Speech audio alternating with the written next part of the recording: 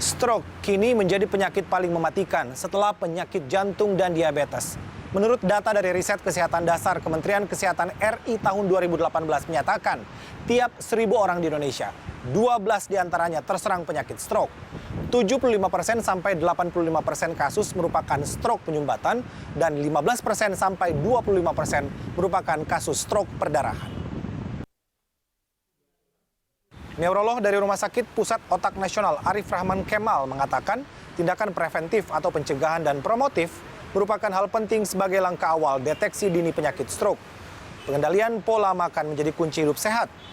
Dianjurkan harus mengetahui berapa kalori yang didapatkan dari makanan yang dikonsumsi. Yang kedua adalah jika kita sudah mengetahui anggota keluarga kita memang punya faktor risiko, kita juga sudah mulai sadar diri untuk mulai memeriksakan diri ke dokter.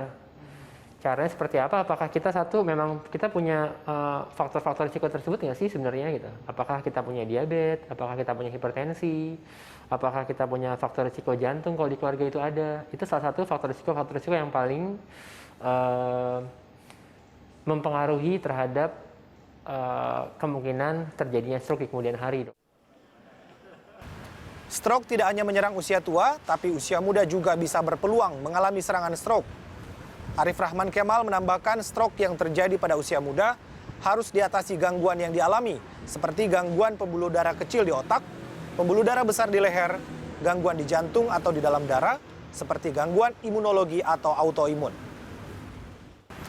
Para ahli syaraf dari Rumah Sakit Pusat Otak Nasional mengatakan, protokol penanganan orang dengan serangan stroke harus dilihat 4 hal penting yang disingkat dengan FAST, F-A-S-T. F untuk face dropping, dilihat apakah ada tanda asimetris atau mulut mencong.